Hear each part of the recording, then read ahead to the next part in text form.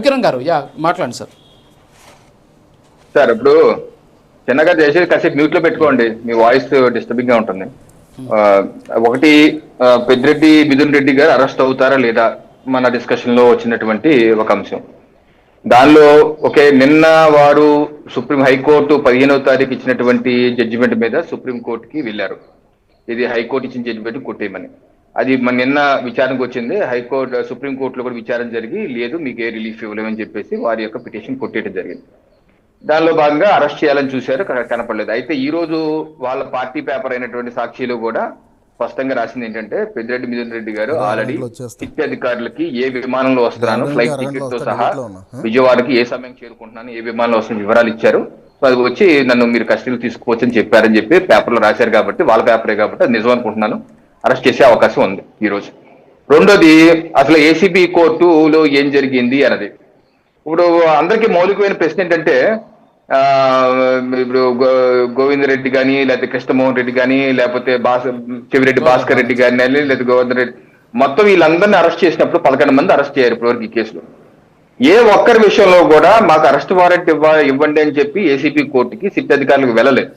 ఎందుకంటే వెళ్లాల్సిన అవసరం లేదు. ఎందుకంటే బిఎన్ఎస్ చట్టం 2023 చట్టం ప్రకారం సెక్షన్ 35 లో ఈ police officer can take any person to custody without any warrant అని చెప్పి స్పష్టంగా రాసి ఉంది రాజుగారి దాంట్లో సెక్షన్ 35 ప్రకారం ఉంది. కాబట్టి అసలు వారెంట్ గురించి ఎందుకు అడగాలి? గతంలో మీరు అడగని వారెంట్ ఇప్పుడు ఎందుకు అడిగారు?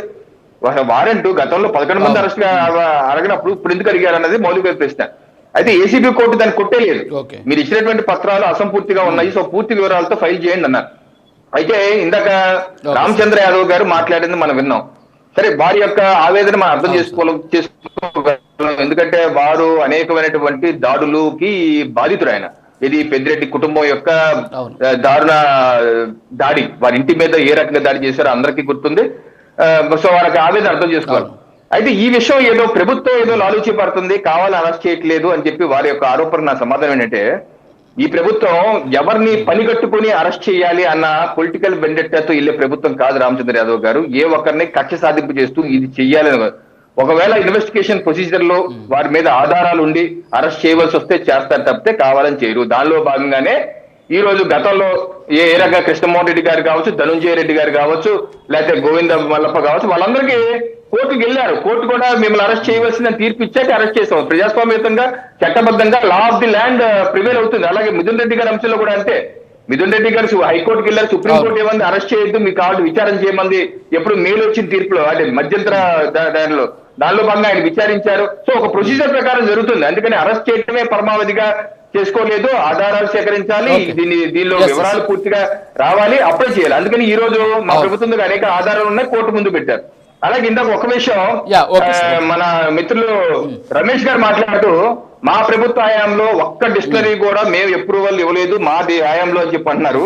చూడండి, ఆదాన్ డిస్టిలరీస్ ప్రైవేట్ లిమిటెడ్, కొంచెం జూమ్ చేయండి, ఆదాన్ డిస్టిలరీస్ ప్రైవేట్ లిమిటెడ్ అని చెప్పి ఎవరన్నా సరే గూగుల్లో కొడితే అది ఏ రోజు ఇన్కార్పొరేట్ అయ్యిందో మీకు స్పష్టంగా కనబడుతుంది. డిసెంబర్ 2, 2019.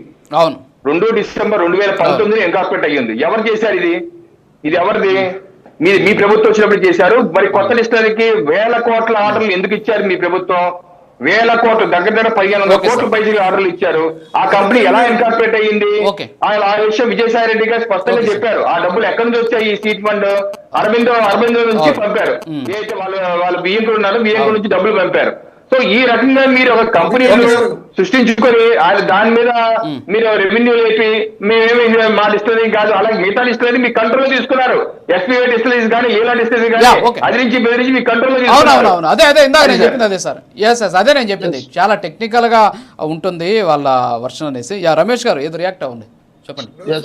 గారు, నేను ఇందాడే చెప్పడం జరిగింది, మేము కొత్త డిస్టిలరీలకు పర్మిషన్ లేదు, కేవలం అదాన్ డిస్టిలరీస్ అనేది లీజుకు తీసుకున్న సంస్థ.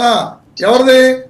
నంద్యాల మాజీ ఎంపీ సజ్జల ఆయన శ్రీధర్ రెడ్డి గారి దగ్గర వాళ్ళ డిస్టిలరీ లీజుకు తీసుకుని దాన్ని ఆదాన్ డిస్టిలరీస్ గా చేంజ్ చేసుకుని పెట్టిన సంస్థ తప్ప ఈ రోజుగా సజ్జల ఆయన కూడా అరెస్ట్ అయ్యారు. అందులో వాళ్ళ దగ్గర లీజుకి తీసుకున్న ఇది తప్ప కొత్త డిస్టిలరీకి పర్మిషన్ ఇవ్వలేదు అని చెప్పి నేను చెప్పడం జరిగింది. దాన్ని మీరు గూగుల్లో సెర్చ్ చేసి కొత్త డిస్టిలరీకి పర్మిషన్ ఇచ్చారు అనేది చెప్పడం తప్పు. అది కొత్త డిస్టిలరీ కాదు. లీజుకు తీసుకున్న సంస్థ కింద ఈ రోజుకి కూడా కోర్టులో ఉన్న పేపర్స్ లో కూడా లీజుకు తీసుకున్నారు. ఆదాన్ డిస్టిలరీస్ అనేది ఒక ఇది కంపెనీ కింద పెట్టడం జరిగింది, లీజుకు తీసుకుని చెప్పి క్లియర్ గా మెన్షన్ చేయడం జరిగింది. దాన్ని మీరు డిస్టిలరీకి పర్మిషన్ ఇచ్చినట్టుగా చూపించడం అనేది కరెక్ట్ కాదు. అలాగే మీరు ఇంకోటి కూడా చెప్తున్నారు, మిగతా డిస్టిలరీల వాళ్ళందరినీ కూడా బెదిరించి వీళ్ళు హ్యాండ్ ఓవర్ చేసుకున్నారని చెప్పి.